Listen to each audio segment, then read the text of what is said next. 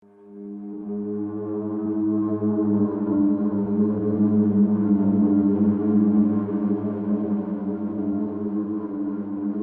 el sacerdote, a espaldas de ella, hace esta seña más o menos, que es la señal de la Santa Cruz, y en ese momento la señora hace cuenta que la empujaron 3 hombres muy fuertes y la arrastraron. Doy 2 pasos hacia a la entrada, inmediatamente siento una vibra pesada. Bueno, es que la Biblia es el libro más vendido de la historia y nadie ha puesto un pero en el mundo, ¿no? Hola a todos, bienvenidos sean al Antipodcast. Yo soy la doctora Cas Otamendi, detrás de cámaras Sergio Bocanegra y frente al micrófono, como cada domingo de terror, el doctor Miguel Padilla. Muchísimas gracias a todos los que dejan su propinita pulsando el botón de gracias si es que nos ven vía YouTube o nos comparten desde su plataforma favorita. Esto es el Antipodcast y hoy presentamos Analizando casos de posesiones demoníacas. Miguel, yo sé que tú has estudiado mucho acerca de demonología. ¿Nos puedes dar la definición, por favor, de posesión demoníaca? Una posesión demoníaca es la habilidad que tiene un demonio de actuar a nivel de movimientos corporales, de voz y de comportamiento a través de una persona. Y eso es muy importante porque luego lo confundimos con otros términos. Por ejemplo, el de infestación. Decimos, esa muñeca está poseída. Y no es cierto, un objeto finalmente no puede ser poseído, sino que es infestado. Y también un lugar, por ejemplo, es infestado, no una casa poseída, una casa infestada. Miguel, ¿y qué sabemos acerca de la influencia demoníaca? La influencia demoníaca es actividad demoníaca en presencia de una persona. Por ejemplo, una persona que detecta sombras, que siente movimiento, que se siente observado, que ve que una sombra se mueve ejerce movimientos cerca de esta persona, que escucha pasos, que luces se prenden y se apagan de forma inexplicable. Y eso es muy interesante porque de hecho se divide en interna, cuando solamente la persona que lo sufre es quien lo detecta, y en externa, cuando a su alrededor hay personas que también lo detectan, es decir, hay testigos. Incluso se puede documentar a nivel de fotografía o de video, lo cual pone en la mesa también un tema interesante, porque una persona que asumamos se declara que tiene influencia demoníaca interna, es decir, que solamente esa persona escucha las voces, solo ella lo sombras, percibe. solamente ella lo percibe. Un poco como lo diferenciamos a lo mejor de un tema de esquizofrenia, tal vez, ¿no? Hay un caso muy interesante, es una entrevista de una mujer con esquizofrenia y el entrevistador le pregunta, ¿estás viendo en este momento a alguien ahora? Y ella dice, esa pregunta nunca te la voy a contestar. Y le pregunta, bueno, no me contestes si estás viendo a alguien o no en este momento, pero dime por qué no me lo vas a decir. Ella le dice, porque en cuanto yo te digo estoy viendo allá a una persona, la gente voltea. La gente voltea justo a donde apunté con el dedo, y entonces qué peligro que algo que yo sé que estoy alucinando tenga interacción real con personas de mi plano real, y que en mi alucinación esa persona los voltea a ver. O sea, es un ejercicio de interacción de realidades muy complejo.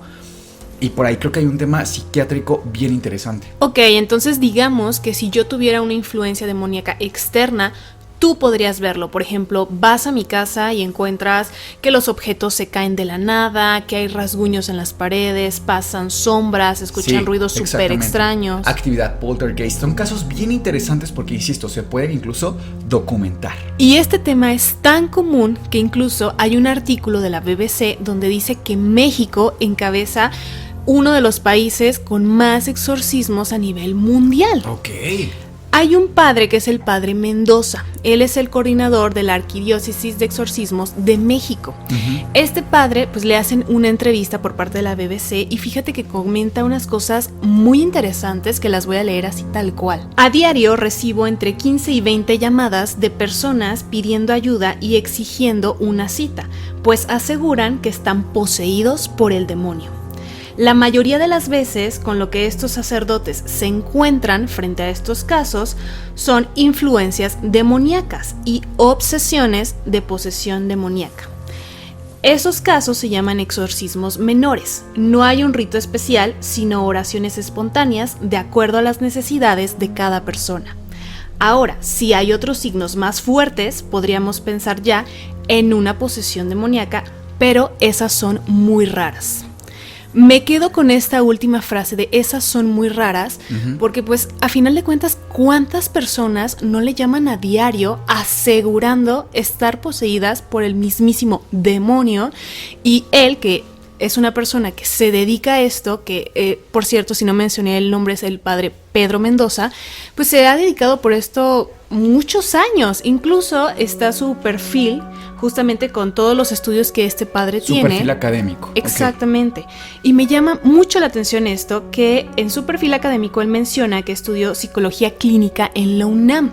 Entonces, pues técnicamente está combinando esta parte de ciencia, porque la psicología lo es, del comportamiento humano, con esta parte de la teología, de la religión, ¿sabes? Entonces, difícil de diferenciarlo a veces, ¿no? Sí, y se me hace poco el número que dice, 15 a 20, porque, ojo, bajo el mismo contexto que lo dice, son 15 a 20 que le llaman directamente a él. Pero no es que él esté representando o diciendo el número exacto de cuántas son las solicitudes a nivel país que mandamos al Vaticano para que se autoricen los exorcismos. De hecho, el propio Vaticano reconoce en 1994 una asociación, que es la Asociación Internacional de Exorcistas, que la fundó una leyenda dentro del mundo de la demonología y de los exorcismos, que es el padre Amort, junto con otro colega que tenía, esto en el 94, y se reconoce como una institución oficial. Incluso tiene casi 1000 miembros, 1000 exorcistas avalados por el Vaticano, como si fuera una especie de sindicato, digamos. Y esta página a mí me voló la cabeza, porque te cuento que cuando yo la descubrí, me metí a ver, porque tienen página de internet. Eso es un espacio tanto real que tiene. Y oficial. Y que tú puedes poner el nombre ahí y te aparece la página. Casi todo está en italiano, desconozco si se puede traducir, habría que ver, pero tienen una sección que es como de noticias. En las noticias ellos ponen muchas veces, no siempre, alertas de ciertas situaciones que están pasando.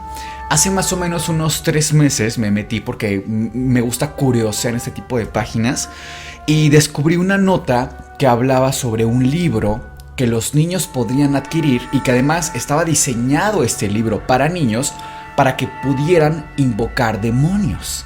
Y me llamó muchísimo la atención porque incluso te pone la portada del libro. Esperemos poder poner aquí alguna imagen. Es una imagen bastante amigable. Tú la ves y se ve incluso coqueta, divertida, para un niño que le podría llamar la atención. Y en efecto es un libro de demonología. Lo que llama también la atención es, uno, lo fácil que es encontrarlo. Incluso en Amazon lo puedes obtener. Pero además hay una nota que salió con video y todo, de unos niños que supuestamente juegan con este libro. Y digo juegan porque no sabemos si qué tan serio es el asunto. Y logran invocar a un demonio que incluso caen en posesión estos niños. Y ves el video y bueno, quizá aquí les pongamos algún fragmento. Llama la atención también que según esta nota después como que le da seguimiento. No la encontré ahora mismo, pero según esto preguntan al templo satánico qué pasa con este libro para invocar demonios y que además está al alcance de niños, como muy alarmista y francamente que podría parecernos, ¿no? Y que según esto el templo satánico contesta, pues sí, nosotros lo hicimos, por lo menos lo autorizamos, se nos pasó a nuestras manos y dijimos sí, adelante. Pero ¿cuál es el problema? Que no hay libertad de expresión, no hay libertad creativa. No es cierto que las personas religiosas tradicionales van con sus Biblias incluso a las universidades. A las universidades, a lugares de conocimiento y de estudio. O sea, no se paran en la calle a ver transeúntes, no, van a lugares de estudio científico. En la Universidad Autónoma de Querétaro nos tocó que fueron a la Facultad de Medicina a dejarnos Biblias. O sea, a evangelizarnos. No digo que esté bien o que esté mal, pero llama la atención como si somos permisivos con ciertas creencias religiosas, pero con otras, ¿cómo van a sacar un libro? Bueno, es que la Biblia es el libro más vendido de la historia y nadie ha puesto un pero en el mundo, ¿no? ¿Tú has sabido de algún caso cercano de posesión demoníaca? Sí, de hecho, varios. Aquí en la comunidad hay una serie de tradiciones muy interesantes. Muchos no lo saben, evidentemente, pero esta, su pobre casa, estamos muy cerca de varias comunidades, pues digamos, humildes. aquí en la ciudad de Querétaro. Está bien descrito que mientras más pobre es una población, también más importantes son sus mitos, sus ritos, sus creencias. Eso no tiene nada de malo, es algo cultural. Aquí teníamos hace más o menos 20 años una sola escuela secundaria. Imagínate nada más, estoy hablando de muchísimo tiempo atrás. Las personas en aquella época pues mandaban a sus hijos a esta única escuela secundaria porque la siguiente estaba a más de 1 hora de distancia. Obviamente aquí teníamos ya la parroquia de Nuestra Señora de la Luz, de Nuestra Señora de la Paz, etcétera, que son parroquias católicas. Somos realmente un pueblo creyente. Sin embargo, en esa época hubo una ola enorme de exorcismos. Incluso salimos en el periódico y era constante. Querétaro era noticia por ola de posesiones demoníacas. Era una cosa extraordinaria, pero además había muchísimos casos de sectas satánicas. Ojo que no estoy juzgando, cada quien sus creencias, ¿no? Pero sí era algo ciertamente muy común. Yo recuerdo incluso un vecino mío que hacía ritos en su casa y estábamos a 3 casas de distancia y abiertamente te invitaba a participar de ellos. ¿Ritos satánicos? Ritos satánicos, lo decían abiertamente. Hacían procesiones, era... Ojo acá también que no podemos polarizar que el templo satánico es la única creencia satánica. Mucha gente se ofende también, gente dentro del satanismo, cuando hablamos de estas creencias y que, bueno, nos salimos un poco, pero recordemos que hay diversidad y que la creencia puede ser bastante ecléctica. Y cuando digo ecléctica me refiero a que dentro de una misma creencia puede haber muchas diferencias, o sea... Por ejemplo, una persona católica no vive su catolicismo necesariamente igual que otra, a pesar incluso de que vayan al mismo templo y formen parte de la misma iglesia. Pues lo mismo con el satanismo, ¿de acuerdo? Eso es importante mencionar.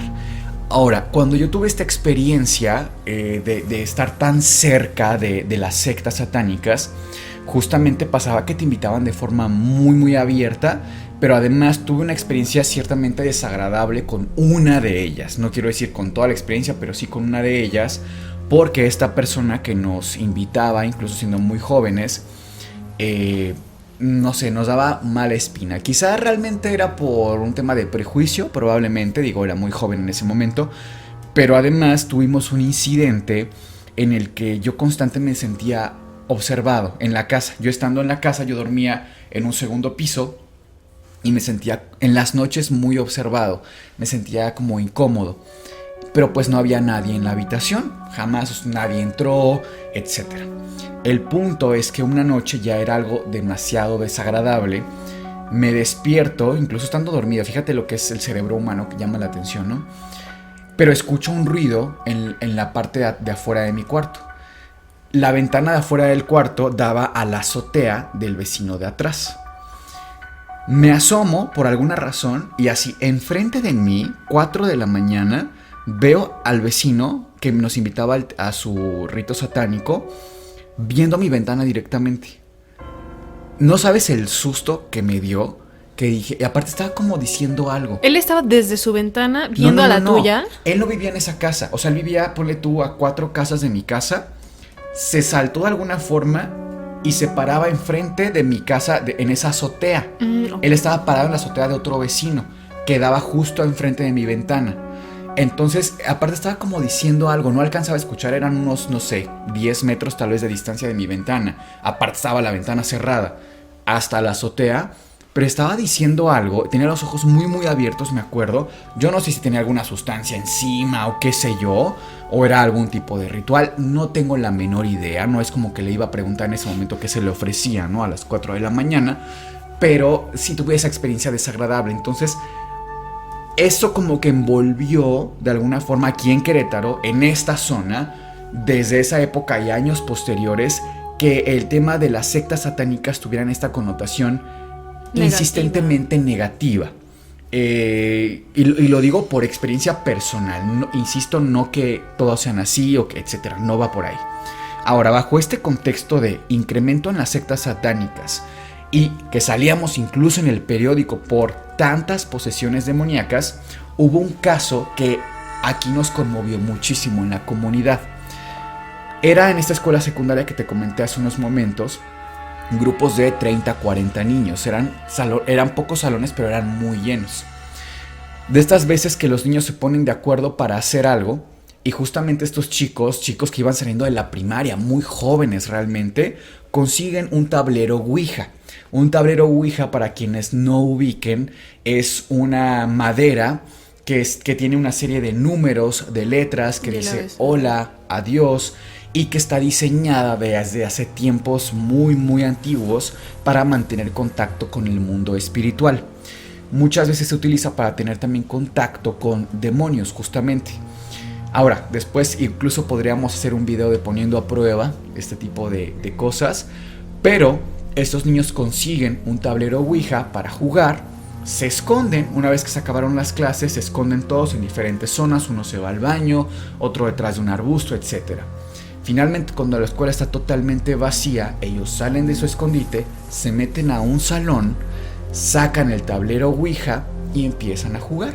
Al principio no estaba pasando nada, todo era diversión y risas. Corte A, empiezan las cosas extrañas. Se empiezan a mover los pupitres, los bancos del salón de una dirección a otra de forma muy violenta. Es el único dato que tenemos, digamos, oficial por parte de la comunidad. Lo que se sabe que pasó ahí. Si pasó algo más paranormal o no, no lo sabemos.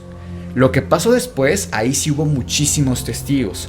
Resulta que estos niños, que eran más o menos unos 20 adolescentes, empiezan a tener convulsiones. Y ojo, era un grupo grande, no era una sola persona poseída, eran más o menos 20 niños poseídos al mismo tiempo, diciendo blasfemias, con movimientos muy violentos, teniendo una fuerza incluso que no iba acorde ni a ellos, ni a su edad, ni a su tamaño.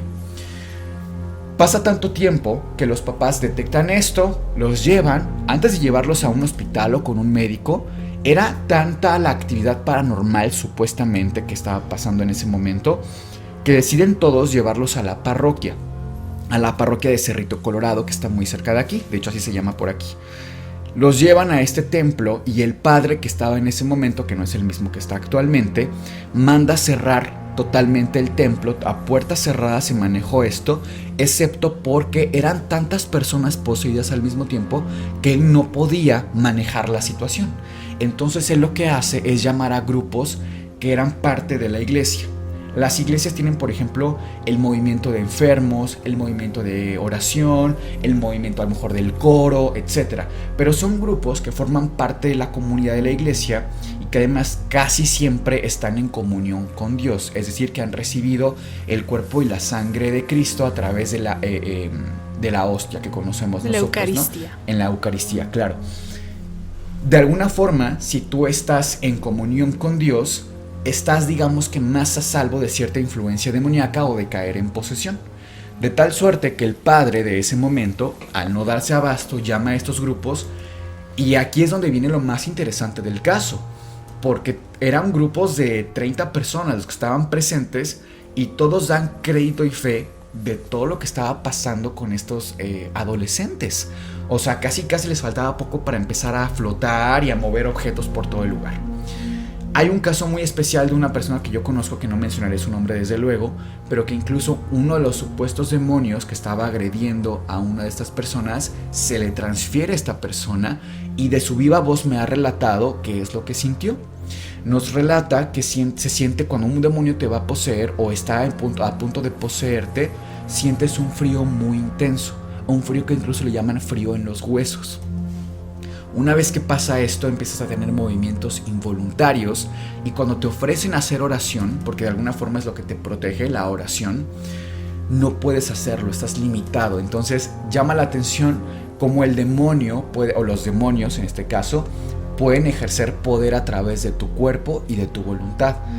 Pero son casos aquí que han ocurrido extraordinarios y que incluso valdría la pena en algún punto documentar a nivel científico qué pasa con estas comunidades, porque hay relatos de gente que se para. Hay un relato que a mí me llama la atención, se sale un poco de este caso. Hay un rito que hacemos aquí en la comunidad y en toda la iglesia católica prácticamente, que son los retiros. Los retiros de liberación son muy fuertes muchas veces de ver, porque sea actividad paranormal o no, lo que tú ves ahí es fuerte. Tú ves personas ahí que se desmayan, personas ahí que empiezan a convulsionar, que empiezan a gritar, porque los retiros de liberación, parte de lo que se hace es liberarte de lo que traigas dentro. Y muchas veces eso que traes dentro pues no es luz, amor y paz. Pueden ser cosas bastante oscuras según la tradición católica. Hay casos de gente que documenta y relata que está levitando prácticamente. De gente que se para de manos hasta el altar y blasfema. Y bueno, unas cosas muy espeluznantes de ver físicamente.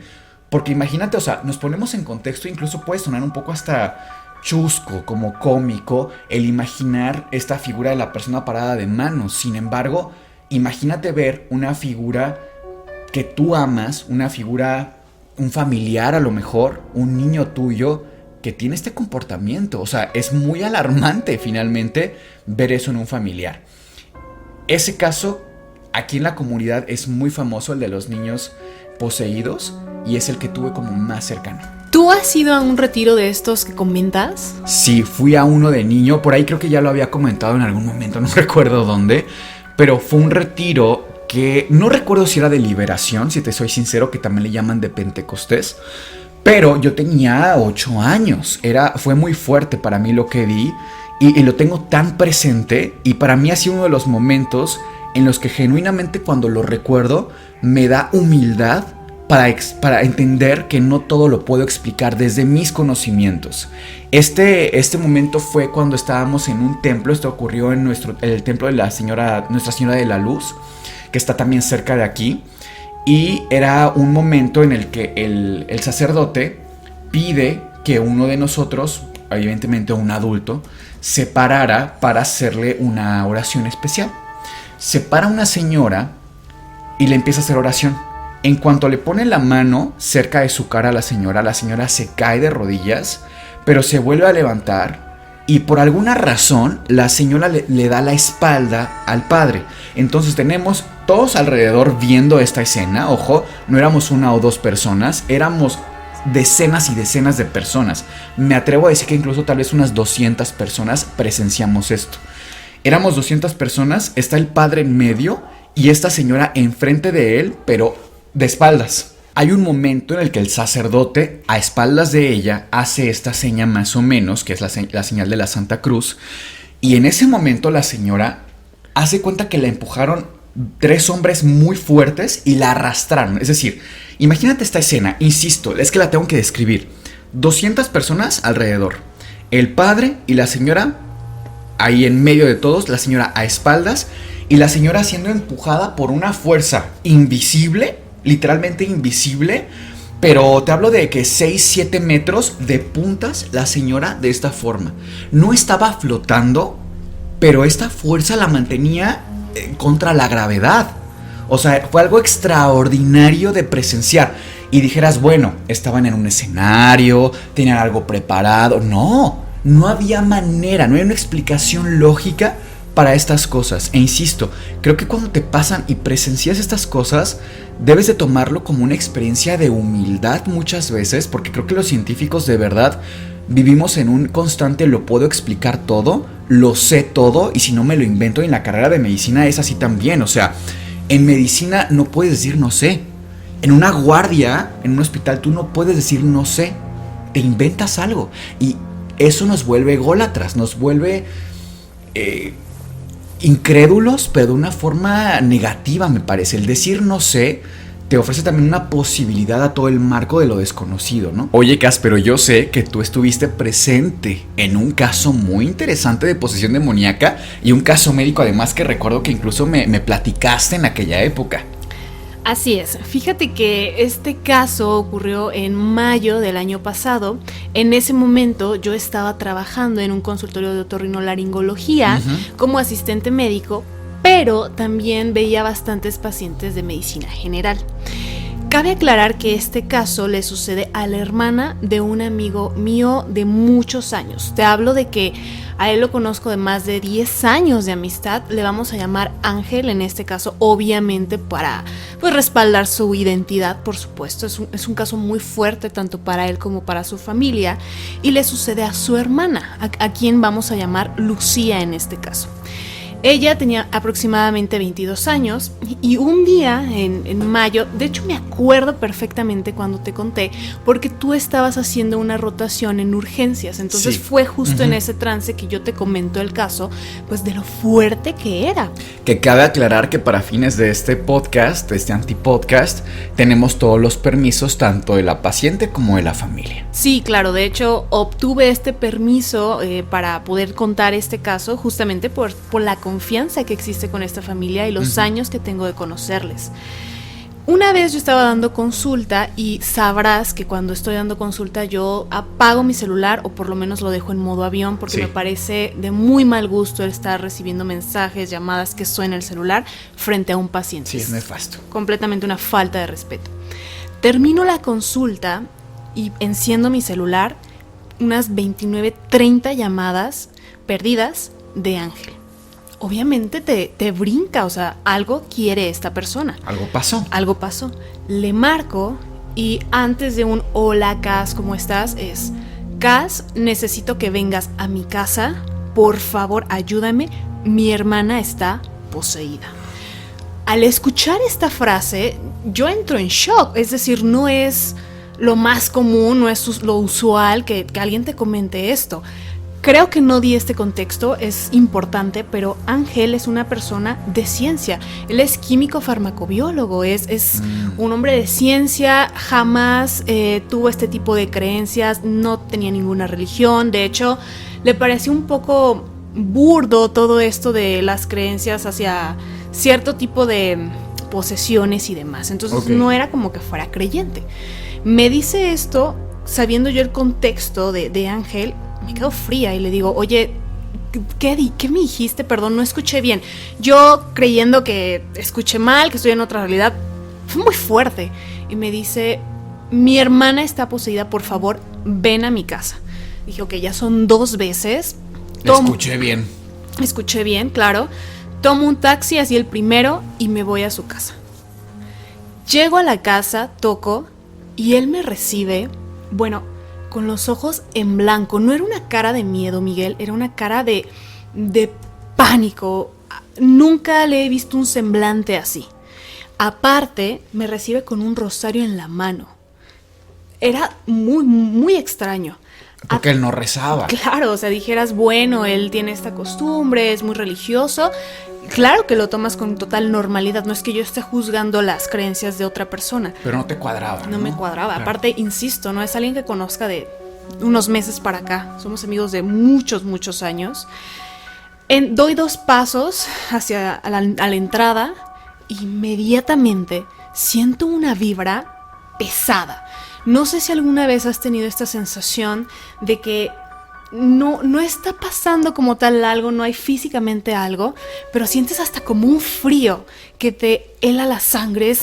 Es raro de describir. Se siente una vibra pesada y me dice, por favor pasa a la sala, ahora vuelvo.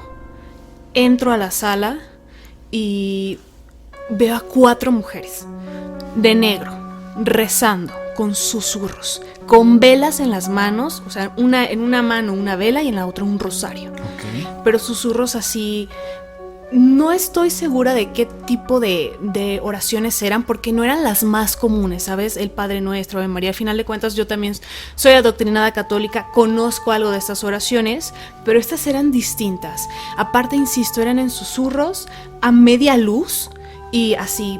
Padre Nuestro, por favor, sácala de este infierno, sácale el demonio, ayúdala, dale luz. Sí te saca de onda. Aparte, insisto, contexto, a este momento a mí no me habían dicho a qué iba. Yo no sabía qué tenía Lucía hasta ese punto. Entro a esta casa y digo, wow, ¿qué está pasando aquí? O sea, tú fuiste realmente a ayudar a tu amigo a saber qué necesitaba, ¿no? Exacto. Y a este punto no me dice nada.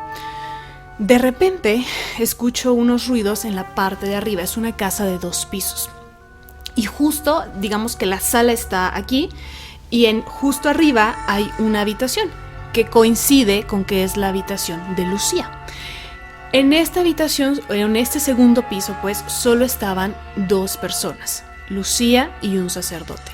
Me doy cuenta que es un sacerdote porque él estaba rezando justamente cuestiones similares a las que rezaban las mujeres.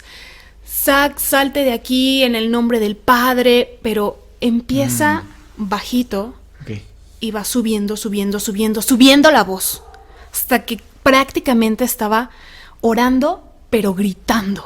Eso fue muy raro.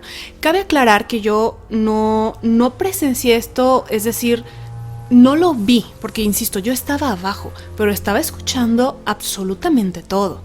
Cuando empieza a subir el tono de voz del sacerdote, en ese momento Ángel me dice: espérame aquí, voy a subir. Sube las escaleras en friega y grita: ¡Dios, qué está pasando! O sea, fue muy choqueante. O sea, porque fue un grito de... él no sé qué vio, pero... Ángel fue el que gritó. Ángel fue el que gritó: ¿qué está pasando aquí? En ese preciso momento se escucha un golpe sórdido, como si hubiesen dejado caer, no lo sé, algo sumamente pesado. En la habitación de Lucía. En la habitación de Lucía, que justamente para mí era el techo y para ella era su piso. Como si hubiesen dejado caer la cama así brutalmente. Si hubiese estado 2 metros y dejas caer algo muy pesado. Oye, Cass, ¿y sabemos qué era ese ruido? Sí, pero te lo voy a decir más adelante. Una vez sucede este ruido sórdido, pues todos nos quedamos en shock. Es decir, nos quedamos yo calculo alrededor de unos 5 minutos en silencio. O sea, nadie comentó nada. Las oraciones del sacerdote pararon. Se escuchaba un silencio absoluto.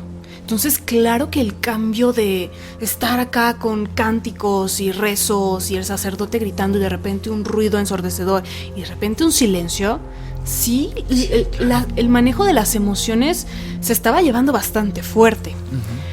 Después de esto, la gente como que ya comienza un poco estábamos en shock, entonces comenzamos de nuevo a retomar nuestras actividades de alguna manera. Una de estas señoras se dirige a la cocina y comienza a encender más velas. La otra se va hacia el baño y una de ellas se acerca para conmigo. Me pregunta: hola, ¿tú eres Cassandra, la doctora? Le dije: sí, mucho gusto.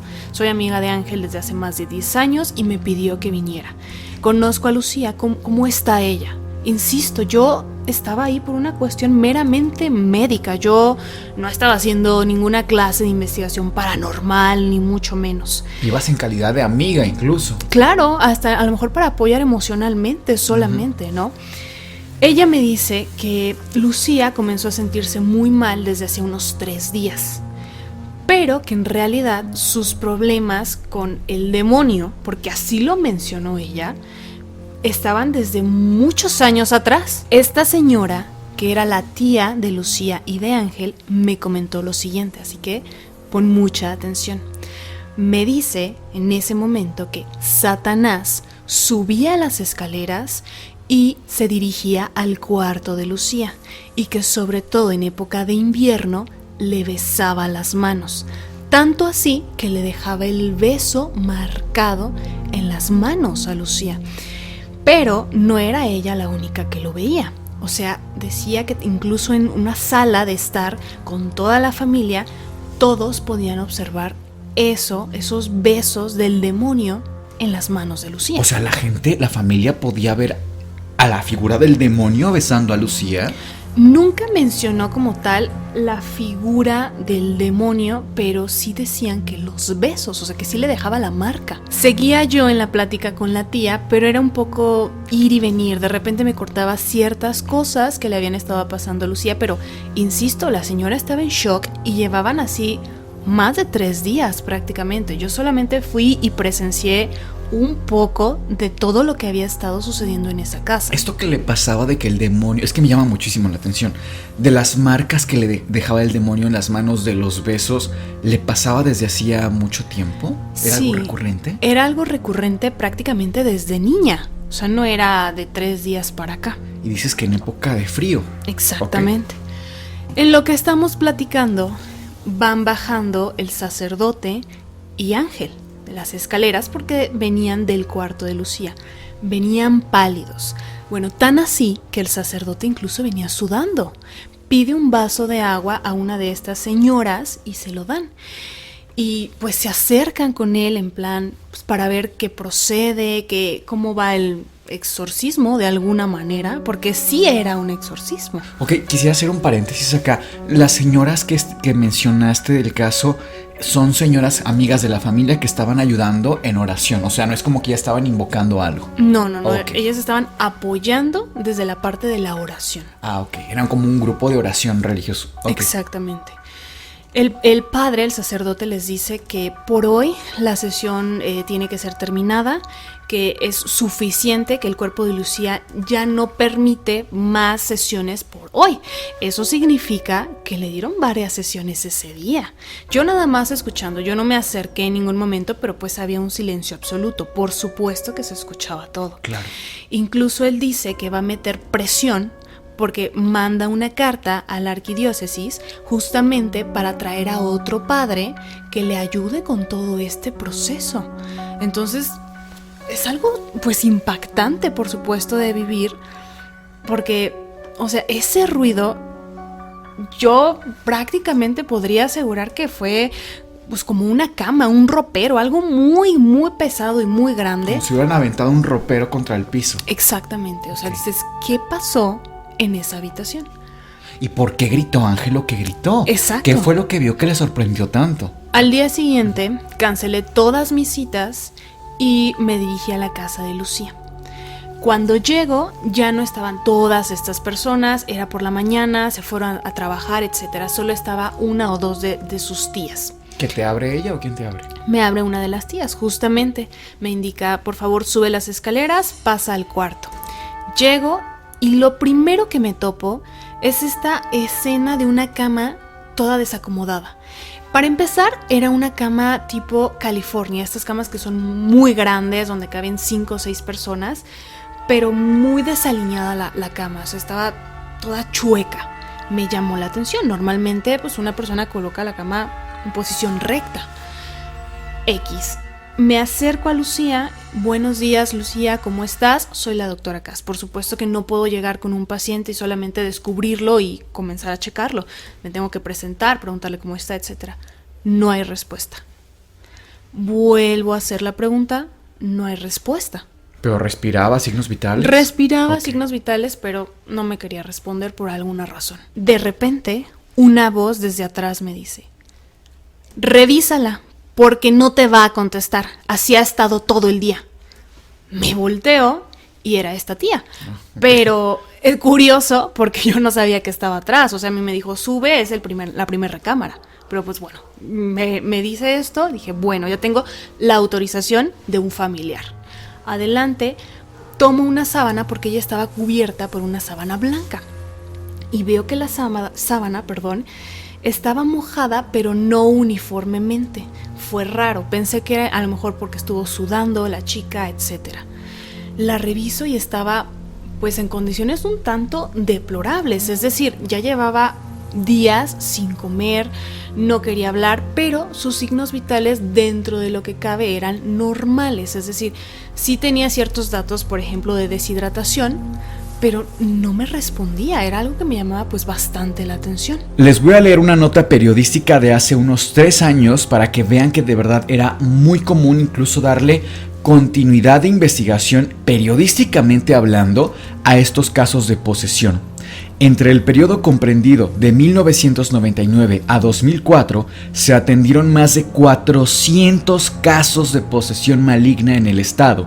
Según el entonces obispo de Querétaro, Mario de Gasperín, la situación fue tal que se vio obligado a instituir la Delegación Diocesana de Exorcismo, un grupo de expertos en la práctica de desinfestación demoníaca. Actualmente, el grupo se compone de 12 clérigos experimentados con capacitación y licencia expresa del Vaticano para llevar a cabo el acto, que requiere de una autoridad religiosa especial. Yo continuaba haciendo la exploración física, que es esta revisión general del cuerpo, pues para valorar el estado de Lucía.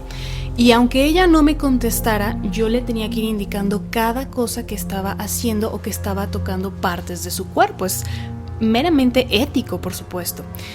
Continuaba con esto y ella solamente me seguía con la mirada. Me seguía, pero no me contestaba. Es en este momento que ella empieza a sonreír, pero era una sonrisa muy burlesca, o sea, empieza a sonreír, pero hasta se le veían incluso las encías. Fue muy extraño. Incluso, pues yo tenía que continuar con esto porque yo ya estaba pensando en mandarla a segundo nivel, es decir, a mandarla a un hospital. Probablemente necesitaba ser hospitalizada y debía de llevar una buena referencia médica, o sea, que el texto o lo que yo estoy detectando en ese momento que estoy revisando su cuerpo, pues tiene que ir perfectamente bien redactado. Es un documento médico legal. Uh-huh. Entonces, aún conservo esa exploración física justamente porque es un caso que me marcó mucho. Lo voy a leer tal cual lo escribí en esta época y Miguel, si me ayudas por favor a ir como traduciendo estas palabras. A términos coloquiales que todos podamos entender. Exacto. Vale. Quiero iniciar antes diciendo que lo primero que me llamó la atención de Lucía al verla de primera impresión es que estaba sumamente desnutrida. Si bien no la pude pesar porque no se podía levantar de su cama, yo calculé un IMC de 16, que claramente habla de desnutrición. Moderada, por lo menos, ¿eh? Paciente femenino ubicada en sus 4 esferas mentales: tiempo, lugar, persona y circunstancia. Lucía sabía quién era, dónde estaba, por qué estaba donde estaba y en qué época estaba viviendo. Presentando diaforesis. Una sudoración excesiva de todo el cuerpo. Normocéfala. Su cabeza era de tamaño y forma normal. Cabello de implantación normal. El nacimiento del cabello de Lucía era normal. Desviación de globo ocular derecho hacia la línea media. Globo ocular izquierdo normal. Su ojo izquierdo veía hacia el frente, mientras el derecho estaba desviado hacia en medio, como haciendo visco solamente con el ojo derecho. Diplopía. Lucía tenía visión doble. Mucosa oral deshidratada. Tenía la boca seca. Cuello con huellas de rascado en regiones laterales. Lucía tenía rasguños en ambos lados del cuello. Ruidos cardíacos normales. Cassandra le revisó el corazón a Lucía con su estetoscopio, lo escuchó y no detectó nada anormal. No se integra síndrome pleuropulmonar. Cassandra le revisó los pulmones a Lucía con su estetoscopio, lo escuchó, lo percutió, lo revisó de forma general y no detectó nada anormal. Abdomen sin exceso de panículo adiposo, con peristalsis conservada. Su abdomen no tenía ningún bulto y además sus movimientos intestinales eran normales. No doloroso a la palpación. No le dolía cuando Cassandra se lo tocó manualmente.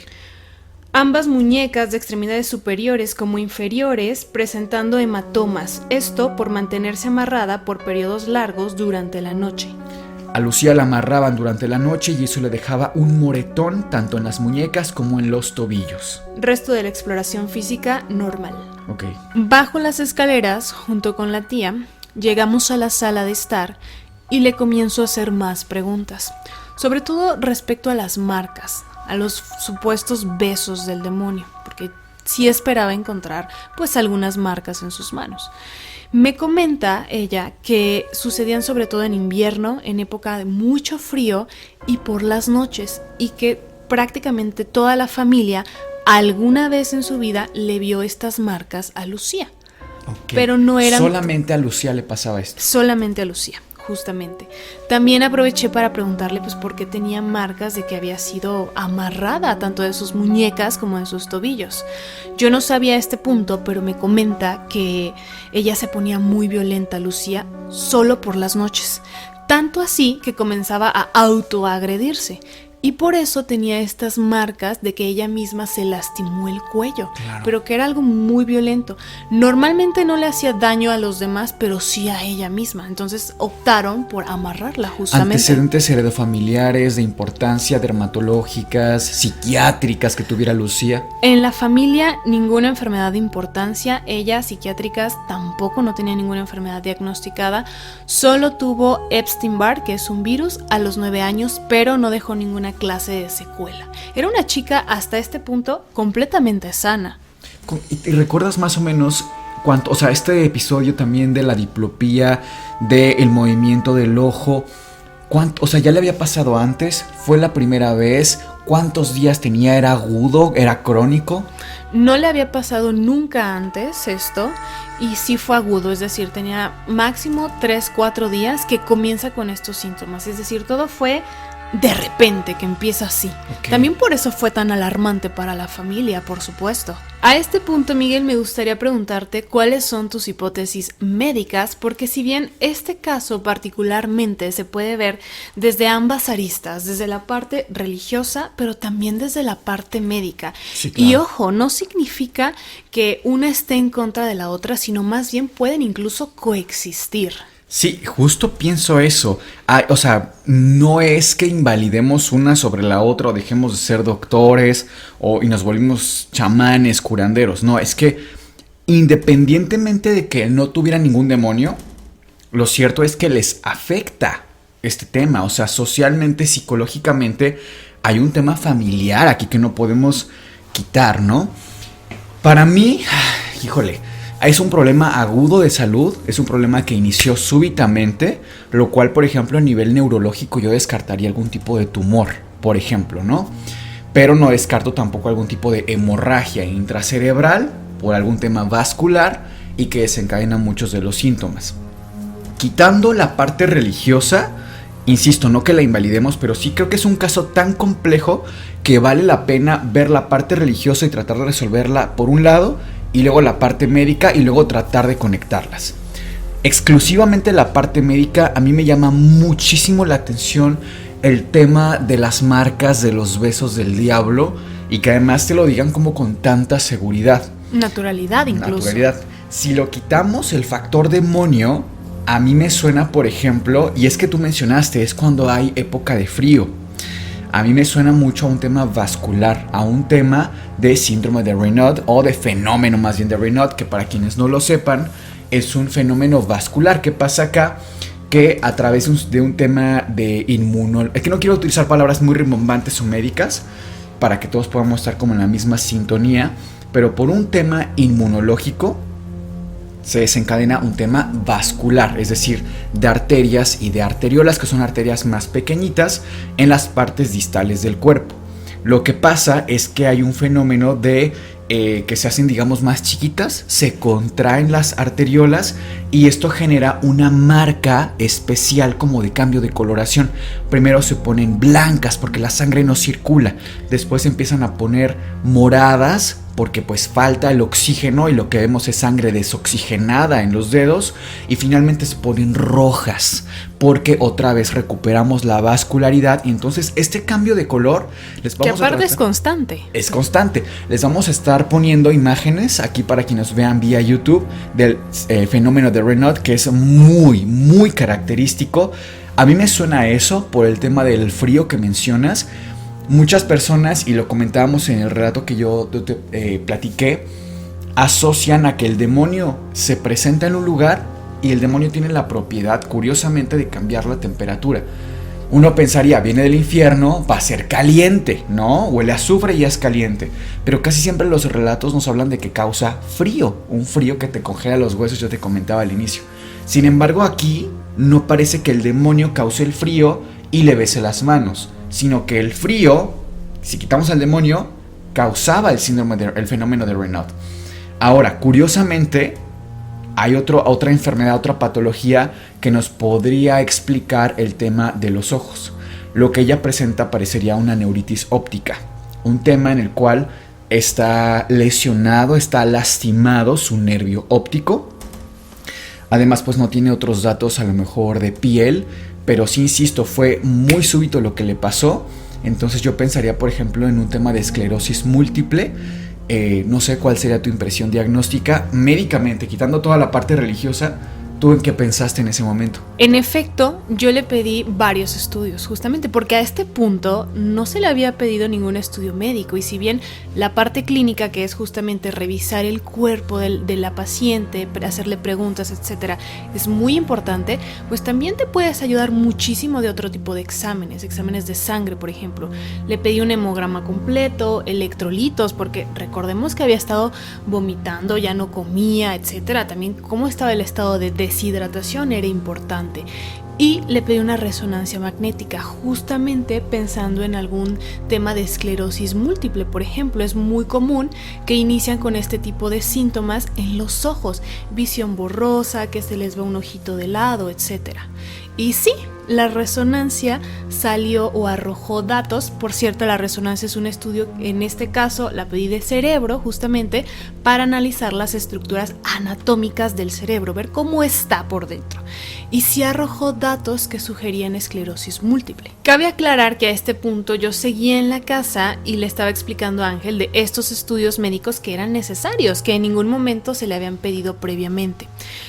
En ese momento llega el sacerdote junto con otras 2 personas, me parece que también de la iglesia.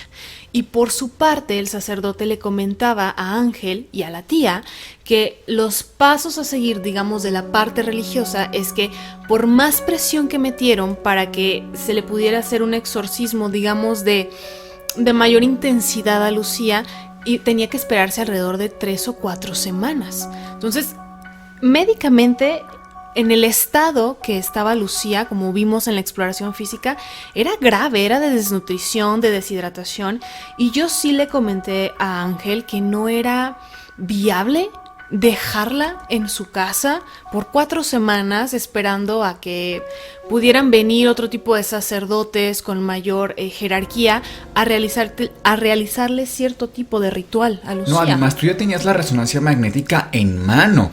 Tú ya incluso la habías revisado, entonces claramente tenías ahora sí que la evidencia de tu lado. Pero ¿cómo le hiciste como para combinar un poco, pues, la creencia de que ellos genuinamente pensaban? Y además tú tuviste una experiencia ahí como muy cuestionable paranormalmente, pero tú tenías al mismo tiempo la evidencia científica. ¿Cómo manejaste eso? Sí hubo un tipo de... No quiero decir pelea, porque en ningún momento hubo ni violencia verbal, mucho menos física, pero sí hubo claramente un desacuerdo. Es decir, el sacerdote estaba convencido por su parte de estudio que era necesario este tipo de ritual para Lucía y que tenía que esperar el tiempo que fuera necesario.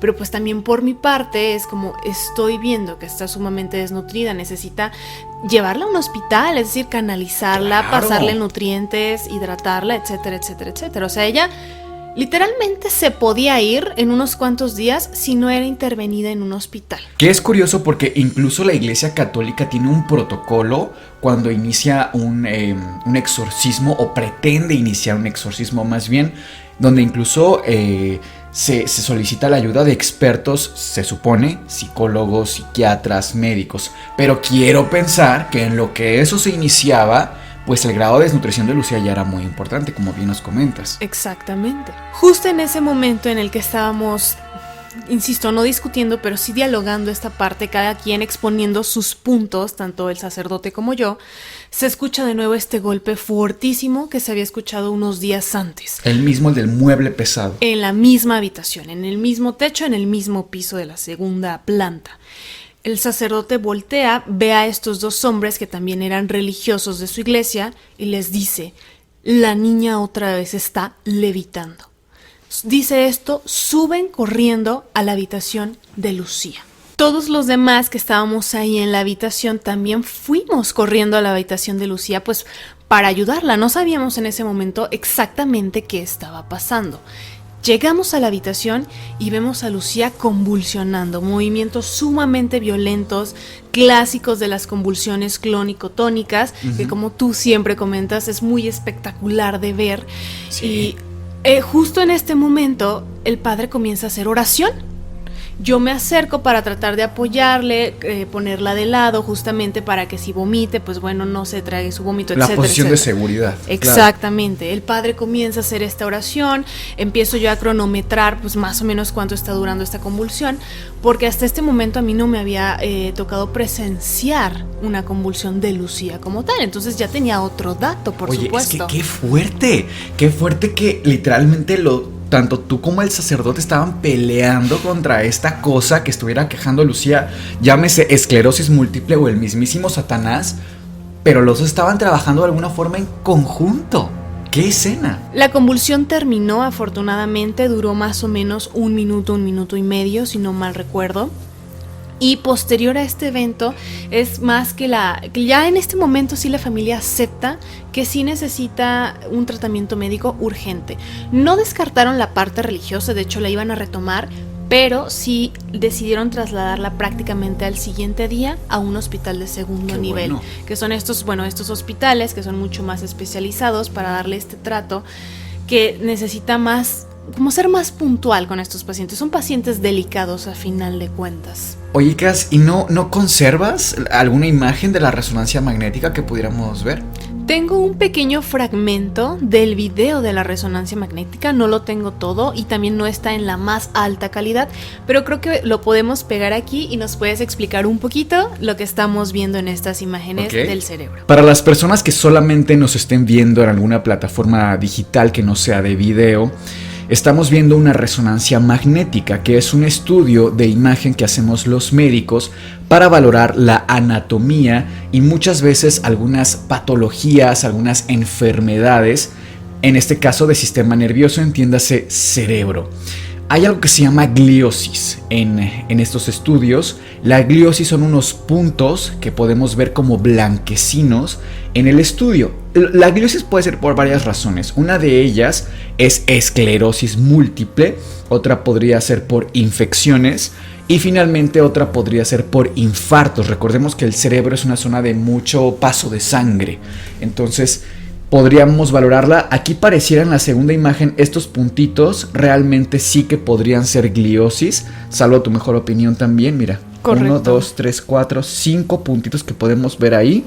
Sí. Entonces llama la atención. Son más visibles en cierta fase del estudio porque es un estudio de verdad muy complejo que lo hacemos a lo que se llama T1, T2, FLAIR, etc. No los quiero aburrir con cosas demasiado técnicas, pero creo que sí está muy interesante que en un caso de posesión demoníaca contemos con evidencia científica de este tamaño, ¿no? Muy bien, Miguel. Después de ver este estudio y de haberte contado este caso, ¿cuáles son tus teorías finales? El padre Fortea, que es, como hemos comentado acá, un padre exorcista que trabaja para el Vaticano, que escribió La Suma Demoníaca, un libro de demonología bastante sencillo de entender, nos cuenta que según la creencia católica, los demonios no solamente tienen capacidad de infestación, de manifestación, de posesión, sino que además a través de estas pueden ejercer cierto poder en la salud de las personas. Entonces a mí creo que lo podríamos conectar por ahí, tu caso en especial. Para mí sí es un momento de reflexionar en que las creencias de las personas tienen un peso en la salud de estas personas. Ejemplo, si a lo mejor la familia de Lucía hubiera decidido no trasladarla a un hospital, hubiera sido un caso muy similar al de Annalise Mitchell. Quizá no tan violento como el de ella, pero creo que guarda cierta relación.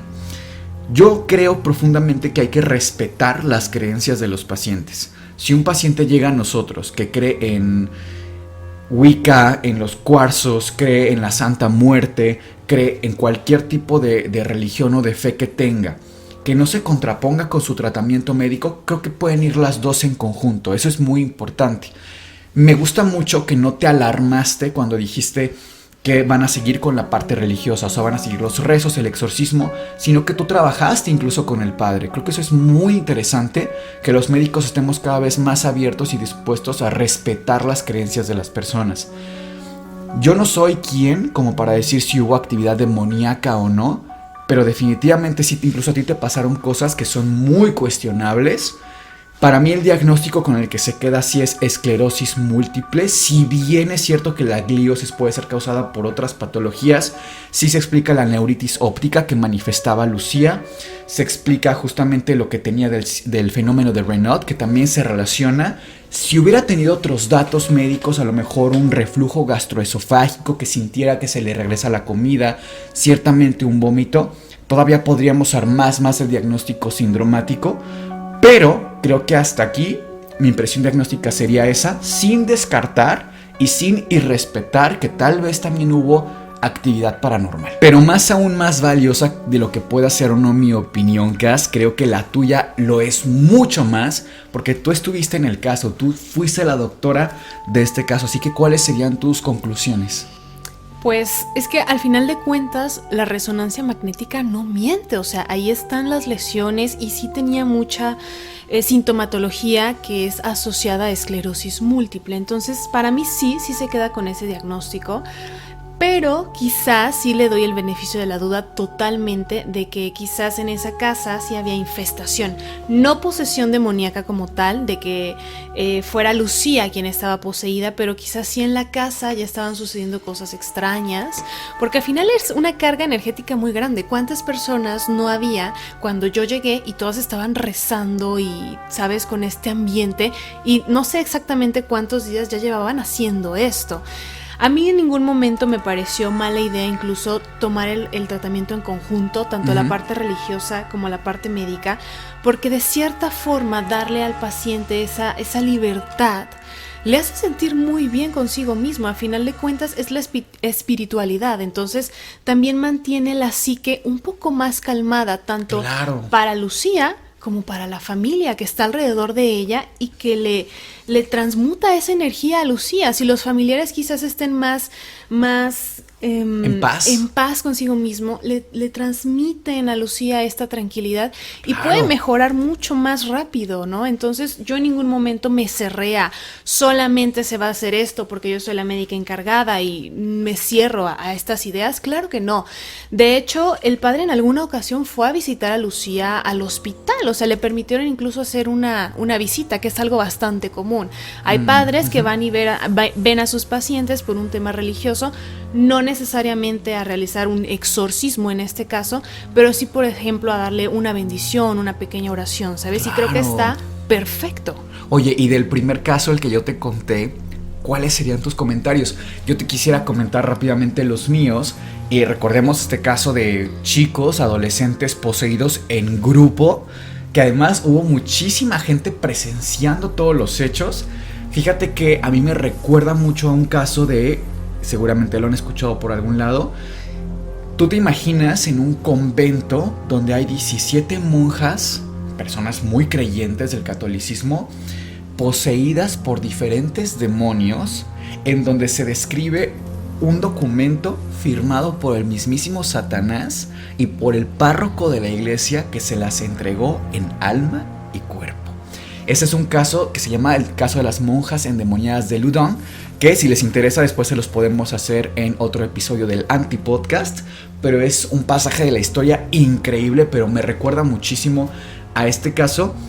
Y a nivel psiquiátrico, a nivel psicológico, a nivel médico, a mí me recuerda mucho a la enfermedad psicógena masiva, que es la famosísima histeria colectiva. Exactamente. Y hay casos, híjole, hay muchísimos casos también que no son paranormales, no son como con este tinte de misterio, pero son muy interesantes médicamente de pueblos enteros que se han enfermado por una idea. Es increíble cómo funciona la mente humana. Exacto. Para mí pasó algo por ahí, personalmente. Además, en el contexto en el que vivíamos, un poco, no quiero ser ofensivo, pero vamos, que yo vivo en esta comunidad, soy parte de la comunidad, soy parte de la parroquia. Sí vivimos de repente en esa época momentos muy oscuros, a nivel cuestionarnos cosas y acercarnos al médico. No, antes de ir al médico era ir con el padre, lo que te pasara, Fíjate que para mí sí es un caso de histeria colectiva el caso de estos niños, porque para empezar, muchas veces infravaloramos el poder de la psique humana.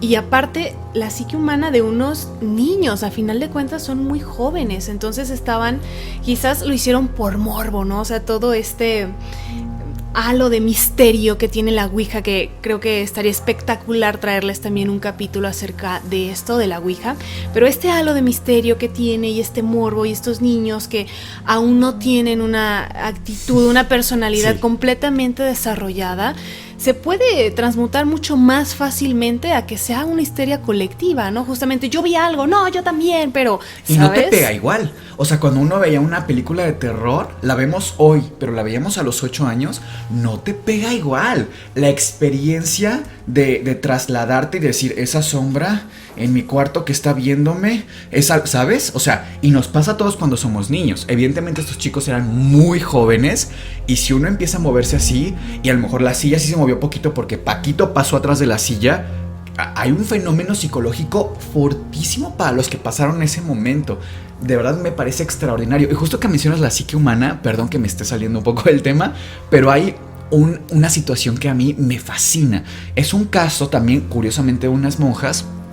Resulta, y se hizo un documental a nivel National Geographic, todo esto, que traen como cierto protocolo de observación, y hace cuenta que son unas monjas que están reclusas, están enclaustradas, se dice, dentro de un convento todo el día haciendo rezos a unos papelitos en donde escriben una oración y le rezan, pero bueno, para los que conozcan el término manifestación, estas monjas lo llevan al siguiente nivel. Wow. Se supone que esos papelitos los encapsulan y los meten a frascos y los regalan o los venden a precio muy bajo como para subsistir, para dolores, para malestares de la gente. Esto me parece que ocurre en Brasil. Malestares de cualquier tipo. Sí, de que dolor de cabeza, te duele, a lo mejor tienes cáncer, la quimioterapia, lo que tú gustes y mandes. Okay. Se hizo un estudio increíble porque se estudió la actividad cerebral de las personas. Haz de cuenta que tomaron las cápsulas y se las dieron a personas que tenían migraña, por ejemplo. Tomaron 5 personas, ponle tú. Entonces le daban estas cápsulas a 3 personas y luego le daban a lo mejor ibuprofeno, paracetamol, sumatriptán, medicamentos para la migraña a otras personas. Pues no lo vas a creer, pero las que tuvieron mayor actividad, sin saber el contexto de qué eran, qué estaban tomando, quién lo hacía, nada sabían los pacientes, tuvieron mejor desempeño estas cápsulas. Las de las monjas. Las de las monjas. O sea, se llegó a esa conclusión. Entonces, me parece que hay cosas en la ciencia que si por lo menos no es como que, bueno, no lo puedo explicar, entonces es paranormal. No, pero por lo menos sí nos ofrece un marco de oscuridad súper interesante. Muchísimas gracias por acompañarnos en un capítulo más. Esperamos que haya sido de su agrado. Nosotros somos Sergio, Miguel y Cassandra y esto es el Antipodcast. Les deseamos dulces pesadillas.